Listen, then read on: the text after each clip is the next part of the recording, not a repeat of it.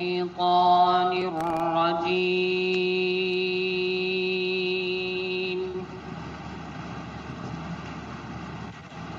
بسم الله الرحمن الرحيم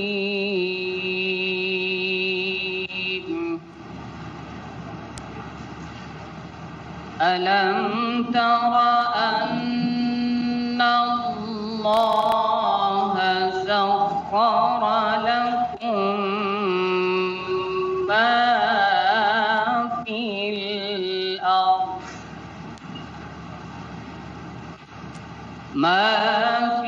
الأرض والفلك تجري في البحر بأمره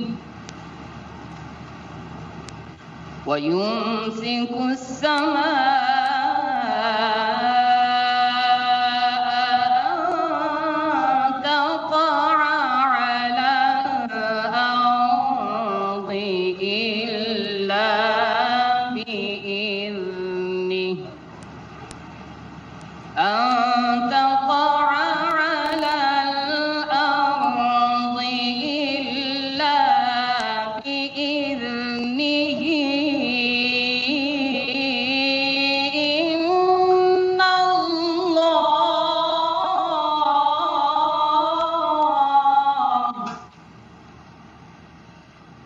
إن الله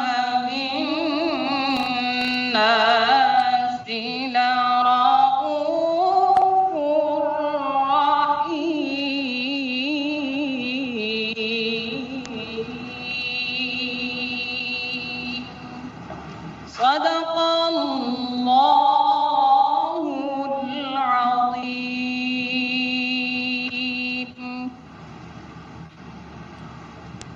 তুমি কি লক্ষ্য করো না যে আল্লাহ তোমাদের কল্যাণে নিয়োজিত করেছেন পৃথিবীতে যা কিছু আছে তার সকলকে এবং তার নির্দেশে সমুদ্রে বিচরণশীল জাহাজসমূহকে, আর তিনি আকাশ স্থির রাখেন যাতে তার আদেশ ব্যতীত পৃথিবীর উপর তা পতিত না হয়। নিশ্চয় আল্লাহ মানুষের প্রতি করুণাময় ও পরম দয়ালু। বারাকাল্লাহু লানা ওয়া লাকুম ফিল কুরআনিল আযীম।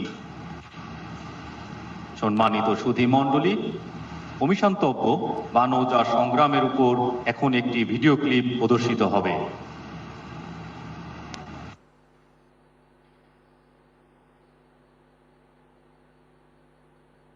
জাতির পিতা বঙ্গবন্ধু শেখ মুজিবুর রহমানের ৬ দফা দাবিতে প্রথিত হয় বাংলাদেশ নৌবাহিনীর উন্মেষ।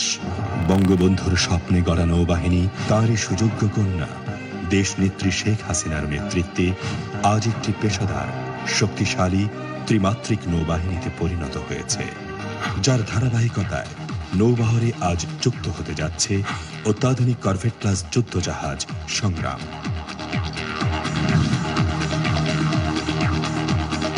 নৌবাহিনীর যুদ্ধজাহাজ সংগ্রাম নির্মাণের লক্ষ্যে ২৯ সেপ্টেম্বর ২০১৫ বাংলাদেশ ও গণচীনের মধ্যে চুক্তি স্বাক্ষরিত হয়। জাহাজটি চীনের সাংহাই বন্দর হতে দীর্ঘ ৮,০০০ নটিক্যাল মাইল সমুদ্র পাড়ি দিয়ে ২৭ এপ্রিল ২০১৯ চট্টগ্রাম নেভাল জেটিতে পৌঁছায়। ৯০ মিটার দৈর্ঘ্য ও ১১ মিটার প্রস্থের এই জাহাজটি ঘন্টায় সর্বোচ্চ ২৫ নটিক্যাল মাইল বেগে চলতে সক্ষম। জাহাজটি আধুনিক প্রযুক্তি সম্পন্ন কামান, উৎক্ষেপণযোগ্য মিসাইল, অত্যাধুনিক ত্রিমাত্রিক radar, fire control system, radar jamming system সহ বিভিন্ন ধরনের যুদ্ধ সরঞ্জাম আদিতে সুসজ্জিত। এছাড়া হেলিকপ্টার অবতরণ ও উড্ডয়নের জন্য ডেক ল্যান্ডিং সহ অন্যান্য সুবিধাদি রয়েছে। দেশের বিশাল জলসীমার নিরাপত্তা নিশ্চিতে, সমুদ্র সম্পদ রক্ষা সহ অবৈধ কর্মকাণ্ড রোধ ও বাণিজ্যিক জাহাজের নিরাপদ যাতায়াতে গুরুত্বপূর্ণ ভূমিকা রাখবে এই যুদ্ধজাহাজ। এছাড়া জাতিসংঘের অধীনে শান্তির দূত হিসেবে লেবাননের ভূমধ্য সাগরে নিয়োজিত হবার লক্ষ্যে আজকের কমিশনিং শেষে আগামী ৯ জুলাই বানৌজা সংগ্রাম লেবাননের উদ্দেশ্যে গমন করবে। বানৌজা সংগ্রামকে কমিশনিং ও বিশ্ব শান্তি প্রতিষ্ঠায় অংশগ্রহণের সুযোগ প্রদানের জন্য আমরা মাননীয় প্রধানমন্ত্রীর প্রতি জানাই আন্তরিক কৃতজ্ঞতা ও বিনম্র শ্রদ্ধা। জাতির পিতার মহান আদর্শে উজ্জীবিত হয়ে নৌবাহিনীর প্রতিটি সদস্য স্বাধীনতার চেতনায় অবিচল থাকবে শান্তিতে সংগ্রামে সমুদ্রে ডুব যায়।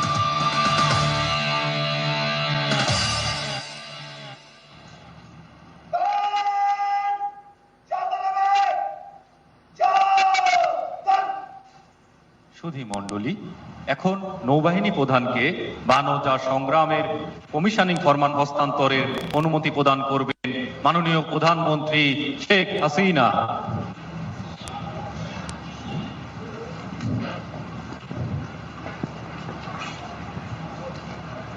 বিসমিল্লাহির রহমানির রহিম। আমি আসলে একটা অস্বাভাবিক পরিবেশের মধ্যে এই অনুষ্ঠানটা, তারপরে যে ভিডিও কনফারেন্সিংয়ের মাধ্যমে সবার সঙ্গে যুক্ত হতে পেরে আমি আনন্দিত। তা আমি এখন মাননীয় আমাদের নৌবাহিনীর প্রধান তাকে অনুরোধ করব যে আপনি কমিশনিং ফরমান যথাযথভাবে হস্তান্তর করুন। আপনাকে ধন্যবাদ। সবাই সুধী মণ্ডলী, কমিশনিং ফরমান গ্রহণ করবেন অধিনায়ক বানৌজা সংগ্রাম ক্যাপ্টেন আরিফুর রহমান।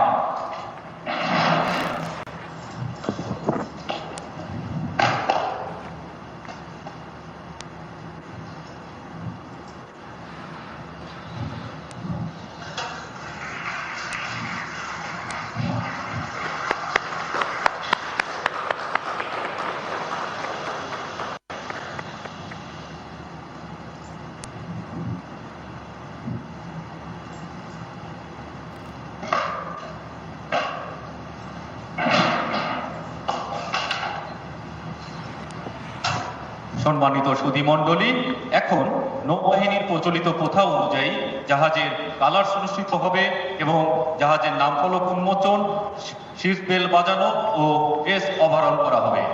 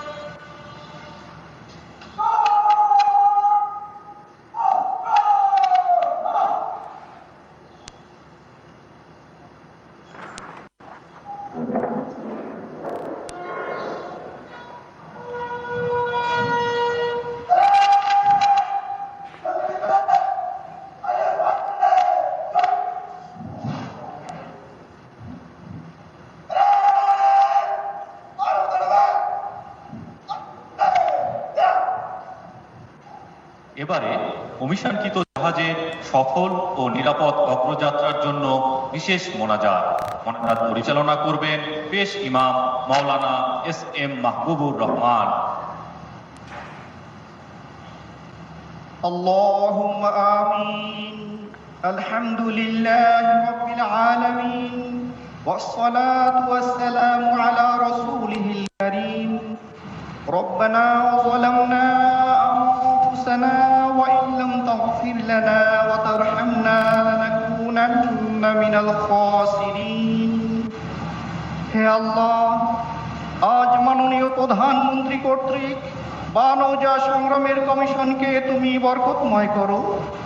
সর্বকালের সর্বশ্রেষ্ঠ বাঙালি জাতির পিতা বঙ্গবন্ধু শেখ মুজিবুর রহমানের স্বপ্ন বাস্তবায়নের লক্ষ্যে একটি শক্তিশালী নৌবাহিনী গঠনের প্রয়াসকে তুমি অব্যাহত রাখো। হে আল্লাহ, এই জাহাজকে তুমি কবুল করে নাও। এই জাহাজকে বাংলাদেশের সমুদ্র এলাকা ও সমুদ্র সম্পদ রক্ষা সহ দেশে ও বিদেশে অর্পিত সকল দায়িত্ব নিরাপদ ও সাফল্যজনকভাবে পালন করার তৌফিক দান করো। বাংলাদেশ নৌবাহিনীর সকল কর্মকর্তা ও নাবিকবৃন্দের উপর রহমত নাজিল করে তাদের কর্মপরিধিকে আরো বিস্তৃত ও সাফল্যমণ্ডিত করো। আমাদের স্বাধীনতা ও সার্বভৌমত্ব রক্ষায় বাংলাদেশ নৌবাহিনীকে গুরুত্বপূর্ণ ভূমিকা পালনে তৌফিক দান করো। হে আল্লাহ, মাননীয় প্রধানমন্ত্রী ও তার পরিবারের সকলের সুস্বাস্থ্য দান করো। বর্তমান করোনা পরিস্থিতি থেকে আমাদের সকলকে মুক্ত করে স্বাভাবিক জীবনে ফিরে আসার তৌফিক দান করো। আমাদের প্রিয় জন্মভূমি সকল বিপদ আপদ থেকে রক্ষা করো।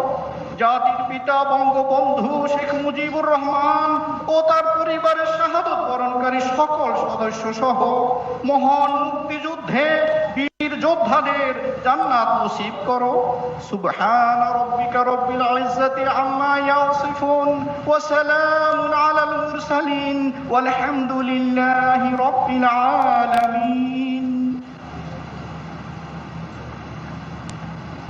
সম্মানিত সুধীমণ্ডলী, এখন আজকের অনুষ্ঠানের প্রধান অতিথি গণপ্রজাতন্ত্রী বাংলাদেশ সরকারের মাননীয় প্রধানমন্ত্রী শেখ হাসিনা তার মূল্যবান বক্তব্য রাখবেন। সুধীমণ্ডলী, মাননীয় প্রধানমন্ত্রী। বিসমিল্লাহির রহমানির রহিম। নৌবাহিনী প্রধান, ঢাকা ও চট্টগ্রামে আজকে অনুষ্ঠানে উপস্থিত সকল সুধীমণ্ডলী এবং নৌবাহিনীর সকল সদস্য, আসসালামু আলাইকুম। বাংলাদেশ নৌবাহিনী জাহাজ সংগ্রামের কমিশনিং অনুষ্ঠানে সরাসরি আমি উপস্থিত থাকতে পারছি, সেটা আমার জন্য অত্যন্ত দুঃখজনক। কিন্তু আপনারা জানেন যে এই বৈশ্বিক করোনার মহামারী আকারে দেখা দিয়েছে, যে জন্য আমাদের আসলে চলাচলটা সীমিত হয়ে গেছে। সে কারণেই আজকে আমি উপস্থিত থাকতে পারছি না। তারপরে ভিডিও কনফারেন্সিংয়ের মাধ্যমে অর্থাৎ ডিজিটাল পদ্ধতিতে এই কমিশনের অনুষ্ঠান করতে পারছি। আল্লাহ রাব্বুল আলামিনের কাছে শুকর আদায় করি এবং নৌবাহিনী প্রধানকে আন্তরিক ধন্যবাদ জানাই যে তিনি আমার পক্ষ থেকে ওখানে সরাসরি উপস্থিত থেকে তিনি বিশেষ করে আমাদের কমিশনিং ফরমানটা অধিনায়কের কাছে হস্তান্তর করেছেন, সেজন্য আমার আন্তরিক ধন্যবাদ। আমি বক্তব্যের শুরুতে পরম শ্রদ্ধা করে স্মরণ করছি সর্বকালের সর্বশ্রেষ্ঠ বাঙালি জাতির পিতা বঙ্গবন্ধু শেখ মুজিবুর রহমানকে। তিনি আমাদের স্বাধীনতা দিয়ে গেছেন। আর বাংলাদেশটা একটি নৌবাহিনী ঘাঁটি হোক, এটা পাকিস্তান হবার সাথে সাথেই তার একটা বড় দাবি ছিল এবং 6 দফা দাবিতেও সেটা তিনি উল্লেখ করেছিলেন। আমরা স্বাধীন দেশ, স্বাধীনতার পর মহান মুক্তিযুদ্ধে মূলত আমাদের এই নৌবাহিনীর যে কয়েকজন অফিসার তারা বিশেষ ভূমিকা রেখেছিল। আমি শ্রদ্ধা জানাই আমাদের 30 লক্ষ শহীদের প্রতি, 4 জাতীয় নেতার প্রতি, 2 লক্ষ মা বোনের প্রতি, যে জীবনের ঝুঁকি নিয়ে মহান মুক্তিযুদ্ধে অংশগ্রহণ যারা করেছে বা ওই পাকিস্তানি হানাদার বাহিনী বালবদর রাজাকারদের হাতে যারা জীবন দিয়েছে তাদের কথা আমি স্মরণ করি। লাখো শহীদের রক্তের আমাদের এই স্বাধীনতা। জাতিপিতা দেশটাকে গড়ে তুলতে চেয়েছিলেন উন্নত সমৃদ্ধ সোনার বাংলা হিসেবে। আমাদের দুর্ভাগ্য যে তিনি তা সম্পূর্ণ করে যেতে পারেননি। মহান মুক্তিযুদ্ধের পর খুব সীমিত সম্পদ নিয়ে তিনি যাত্রা শুরু করেছিলেন। এমনকি আমাদের বন্ধুপ্রতিম ভারতের কাছ থেকে 2টি জাহাজ নিয়ে এসে তিনি নৌবাহিনীর প্রথম যাত্রা শুরু করেন। সদ্য স্বাধীনতাপ্রাপ্ত একটি দেশে সে সময় এই ধরনের উদ্যোগ নেওয়াটা ছিল খুব একটা কঠিন কাজ। কিন্তু একটি স্বাধীন দেশে সেনা, নৌ, বিমান বাহিনী এটা যে একটা স্বাধীনতার সার্বভৌমত্বের প্রতীক, সেটা তিনি উপলব্ধি করেই এই পদক্ষেপ নেন এবং 1974 সালে বাংলাদেশ নৌবাহিনীকে নেভাল এনসাইন প্রদানের মাধ্যমে বাংলাদেশ নৌবাহিনীর অগ্রযাত্রার স্বীকৃতি দিয়েছিলেন। জাতির পিতা যে লক্ষ্য নিয়ে দেশটাকে এগিয়ে নিয়ে যাচ্ছিলেন, দুর্ভাগ্য যে মাত্র 3.5 বছর একটা যুদ্ধ বিধ্বস্ত দেশ গড়ে তোলা, যেখানে 80 থেকে 90% মানুষই দরিদ্র সীমার নিচে বাস করত, তার উপর যুদ্ধে ক্ষতিগ্রস্ত একটি দেশ, দীর্ঘদিনের শোষিত বঞ্চিত একটি জনগোষ্ঠী, তাদের ভাগ্য পরিবর্তন করা একটা কঠিন কাজ ছিল। কিন্তু মাত্র 3.5 বছরের মধ্যে সেই বিধ্বস্ত বাংলাদেশ গড়ে তুলে এবং প্রতিটি প্রতিষ্ঠানকে তিনি গড়ে তুলেছিলেন। 15ই আগস্ট জাতির পিতাকে নির্মমভাবে হত্যা করা হলো। আজকে আমি সেই দিন আমার মা এবং আমার ভাই ক্যাপ্টেন শেখ কামাল মুক্তিযোদ্ধা, শেখ জামাল, লেফটেন্যান্ট শেখ জামাল সেও মুক্তিযোদ্ধা, আর ছোট্ট রাসেল এবং আমার মা সহ যারা সেদিন শাহাদত বহন করেছে, আমি তাদের কথাও স্মরণ করছি। কারণ এটি স্বাধীন দেশ সুন্দরভাবে গড়ে উঠবে সেটা আমাদের কামনা ছিল, কিন্তু 15ই আগস্ট সেই জাতির পিতাকে হত্যার মধ্য দিয়ে সকল স্বপ্ন ভেঙে চুরমার হয়ে যায়। দীর্ঘ 21 বছর পর যখন সরকারে আসি, তখন আমার উদ্যোগ ছিল যে কিভাবে আমাদের দেশে শুধু উন্নতি নয়, আমাদের স্বাধীনতা সার্বভৌমত্বের প্রতীক আমাদের বিভিন্ন বাহিনীগুলিকে আরও উন্নত করে গড়ে তুলব। কারণ পরিবারের বড় সন্তান হিসেবে আমার বাবার কি স্বপ্ন ছিল তো সেটা প্রায় উনি গল্প করতেন, কাজে আমি কিছুটা জানতাম। তো সেইভাবেই তার আদর্শ নিয়েই যাত্রা শুরু করি। এবং তখনও আর্থিকভাবে আমরা যথেষ্ট সমস্যায় ছিলাম। এই আর্থিক সমস্যার মাধ্যমেও তখন একটা মানে এশিয়াতে তখন ব্যাপকভাবে অর্থনৈতিক মন্দা চলছে, যখন আমরা সরকার গঠন করি। ওই অবস্থায় কিন্তু আমরা এই নৌবাহিনীর জন্য প্রথম যে অত্যাধুনিক ফ্রিগেট বা নৌজা বঙ্গবন্ধু ক্রয় করি এবং সেই সাথে সাথে নৌবাহিনীকে আরও সুসংগঠিত করা, সুসজ্জিত করার পদক্ষেপ নিই। দ্বিতীয়বার যখন ক্ষমতায় আসি, 2008 নির্বাচনে জয়ী হওয়ার পর এ পর্যন্ত আমরা সরকারে আমরা আছি। আমরা জাতির পিতা আমাদের প্রতিরক্ষা নীতিমালা প্রণয়ন করে দিয়েছেন 1974 সালে। সেই নীতিমালার ভিত্তিতে আমরা ফোর্সেস গোল 2030 আমরা প্রণয়ন করেছি এবং তারই ভিত্তিতে আমরা আমাদের প্রত্যেকটা বাহিনীকে শক্তিশালী করার পদক্ষেপ নিয়েছি। ইতিমধ্যে আমাদের নৌবাহিনীতে সাবমেরিন যুক্ত হয়েছে, অ্যাভিয়েশন সিস্টেম যুক্ত হয়েছে, অর্থাৎ এখন আমাদের নৌবাহিনী ত্রিমাত্রিক। আমি অভিনন্দন জানাই আমাদের নৌবাহিনীর সকল সদস্যকে, কারণ আমাদের মুক্তিযুদ্ধেও নৌবাহিনীর সদস্যরা অনেকেই জীবনকে বাজি রেখে তারা যুদ্ধ করেছেন। সেই অপারেশন জ্যাকপট যারা অংশ নিয়েছেন এবং অনেকে জীবনও দিয়ে গেছেন, এত ঝুঁকি নিয়ে তারা কাজ করেছিলেন যে এখনকার সময় চিন্তা করা যায় না, এত সীমিত জিনিস নিয়ে। আমি তাদের কথা আজ স্মরণ করি। যাক, আমি আর বেশি সময় না নিয়ে এটুকু বলবো যে আমাদের বাংলাদেশে বিশাল সমুদ্র সীমা, এই সমুদ্র সীমা নিয়ে একটা সমস্যা ছিল আমাদের, যেটা জাতির পিতা কিন্তু উদ্যোগ নিয়েছিলেন সেটা সমাধান করবার। দুর্ভাগ্য আমাদের যে 75 পরবর্তীতে যা সরকার এসেছিল, আমি ঠিক জানি না তারা বোধহয় বিষয়টা জানতোই কি না, কোনো উদ্যোগই নেয়নি। আমি 96-তে সরকার এসে এ ব্যাপারে যত তথ্য উপাত্ত সংগ্রহ এবং যা যা করা বেশ কিছু কাজ আমরা করে যাই। দ্বিতীয়বার যখন আমরা সরকারে আসি তখন আমরা আরও উদ্যোগ নেই যে আমাদের এই সমুদ্র সীমা আমাদের যে অধিকার, সেই অধিকারটা আমাদের অর্জন করতে হবে এবং আন্তর্জাতিক আদালতে মামলা করে আমাদের দুই প্রতিবেশী দেশ, একদিকে মিয়ানমার, একদিকে ভারত, এই দুই প্রতিবেশী দেশের সাথে বন্ধুত্বপূর্ণ সম্পর্ক রেখেও আন্তর্জাতিক আদালতে মামলা করে আমরা আমাদের সমুদ্র সীমা অর্জন করেছি। এই সমুদ্র সীমা আমাদের রক্ষা করা, সমুদ্র সম্পদ আমাদের কাজে লাগানো, আমাদের অর্থনীতিতে সমুদ্র সম্পদকে আমরা কীভাবে ব্যবহার করব, সেগুলি আমাদের প্রয়োজন। আমরা কারোর সাথে যুদ্ধ করতে চাই না, আমরা শান্তি চাই। আমরা শান্তি চাই, এটা যেমন সত্য, আবার যদি কেউ আমাদের উপরে হামলা করে তার জন্য আমরা যথাযথভাবে মোকাবেলা করতে পারি। তাই যুগের সাথে তাল মিলিয়ে আধুনিক প্রযুক্তি জ্ঞান সম্পন্ন প্রতিষ্ঠান আমরা গড়ে তুলতে চাই। সে কারণে আমাদের সশস্ত্র বাহিনীকে আমরা রাখছি, আমাদের সেনাবাহিনী, নৌবাহিনী, বিমানবাহিনী, প্রত্যেকটা প্রতিষ্ঠান যেটা আধুনিক জ্ঞান সম্পন্ন হয়। আর এই সমুদ্র সীমা রক্ষার জন্য আমাদের নৌবাহিনীকে তো আরও শক্তিশালী করা প্রয়োজন এবং ইতিমধ্যে আমরা অনেক আধুনিক সরঞ্জাম দিয়ে আমরা ক্রয় করেছি, জাহাজ ক্রয় করেছি এবং আমরা নিজেরাও, যেমন খুলনা শিপইয়ার্ড আমি প্রথম নৌবাহিনীর হাতে দিয়ে দিই। পাশাপাশি আমরা ড্রাই ডক, নারায়ণগঞ্জ এবং চট্টগ্রামের দুটো ড্রাই ডক আমরা নৌবাহিনীকে দিয়ে দিয়েছি। আমরা নিজেদের দেশেও স্বল্প পরিসরে এখন ধীরে ধীরে আমাদের জাহাজ বানানো শুরু করেছি, মেরামতের কাজও আমরা করছি। আর বন্ধু প্রতি দেশের সাথে যৌথভাবে যেখান থেকে যারা প্রয়োজন আমরা করে যাচ্ছি। কিন্তু আমাদের নিজেদেরকেও শিখতে হবে, প্রস্তুত হতে হবে, জানতে হবে, টেকনোলজি জানতে হবে, এবং আমরাও যেন আগামীতে আমাদের জাহাজগুলি নিজেরা তৈরি করতে পারি এবং আমরাই প্রয়োজনে এক্সপোর্ট করতে পারি, সেই চিন্তাটাও আমাদের মাথায় থাকতে হবে। কাজে আমরা এটি চাই যে আমাদের দেশ এগিয়ে যাচ্ছিল খুব ভালোভাবেই।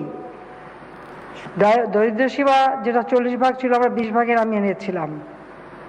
আমাদের প্রবৃদ্ধি 8.1 ভাগে উন্নীত করেছিলাম, কিন্তু হঠাৎ বিশ্বব্যাপী এক অদৃশ্য অশুভ শক্তি করোনা ভাইরাস কোভিড-19, এই অদৃশ্য একটি শক্তি আক্রমণে সমস্ত বিশ্ব স্থবির হয়ে গেছে। অর্থনীতি স্থবির, যাতায়াত স্থবির, সব কিছু স্থবির হয়ে গেছে। সামাজিক যোগাযোগ থেকে শুরু সব কিছুতেই একটা ভীতি সৃষ্টি হয়েছে। এই অদৃশ্য শক্তির বিরুদ্ধে কেউ লড়াই করতে পারছে না। অতি শক্তিধর অস্ত্রধারী দেশ হোক বা অতি অর্থনৈতিক শক্তিধর দেশ হোক, অথবা একেবারে দরিদ্র দেশ হোক বা উন্নত বা স্বল্পোন্নত দেশ হোক, সকলেই এখন একই অবস্থায় পড়ে গেছে। আমরা চাই এই অবস্থা থেকে মুক্তি পাবো, সারা বিশ্ব মুক্তি পাক, আর আমরাও যেন মুক্তি পাই। তা আমি নৌবাহিনীর সকল সদস্যকে বলবো যে সবাই নিজেকে সুরক্ষিত রাখার চেষ্টা করে আপনারা আপনাদের স্ব দায়িত্ব পালন করবেন। আর তাছাড়া 2008 সালে ঘোষণা দিয়েছিলাম ডিজিটাল বাংলাদেশ গড়ে তুলব।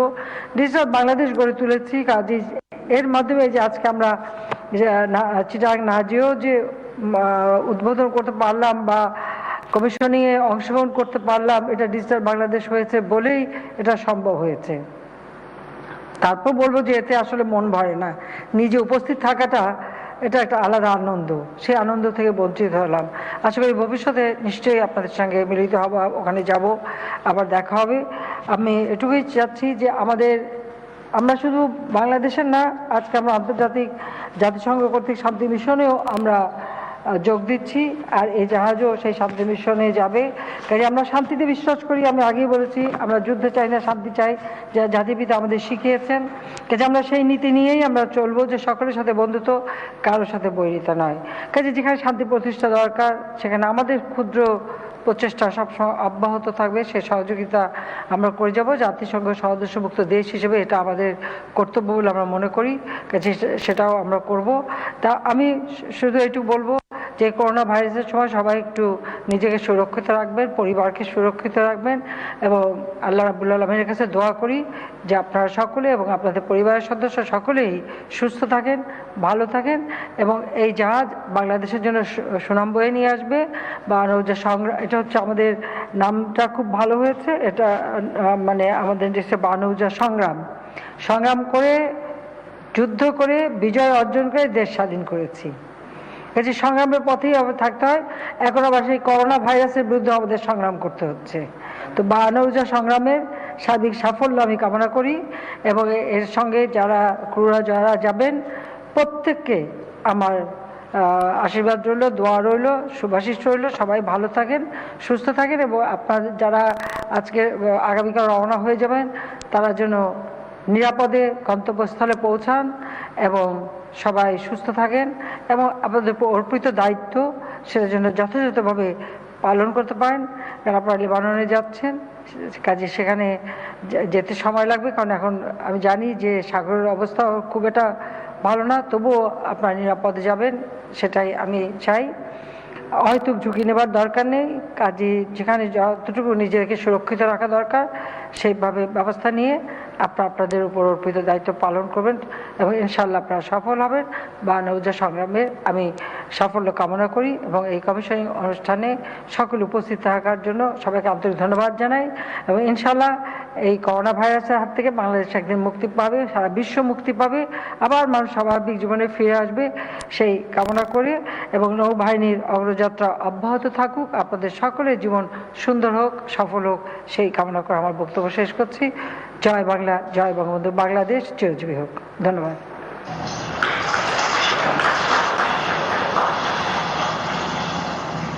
মাননীয় প্রধানমন্ত্রী, আপনার মূল্যবান ও দিক নির্দেশনামূলক বক্তব্য নিঃসন্দেহে আমাদের সকলকে করবে অনুপ্রাণিত।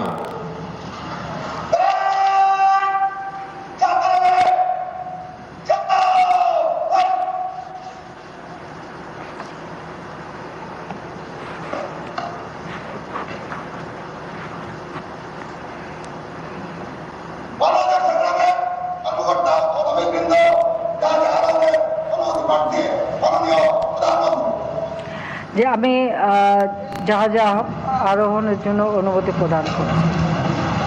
যাত্রা শুভ হোক।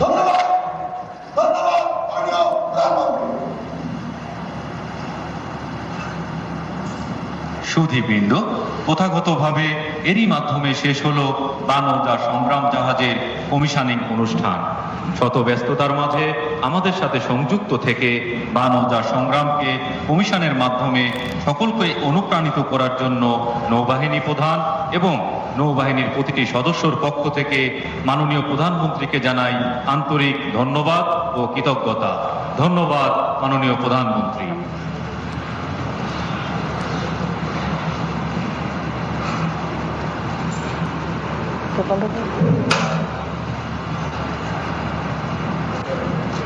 হ্যাঁ ঠিক আছে, বন্ধ করে স্টপ করে দাও।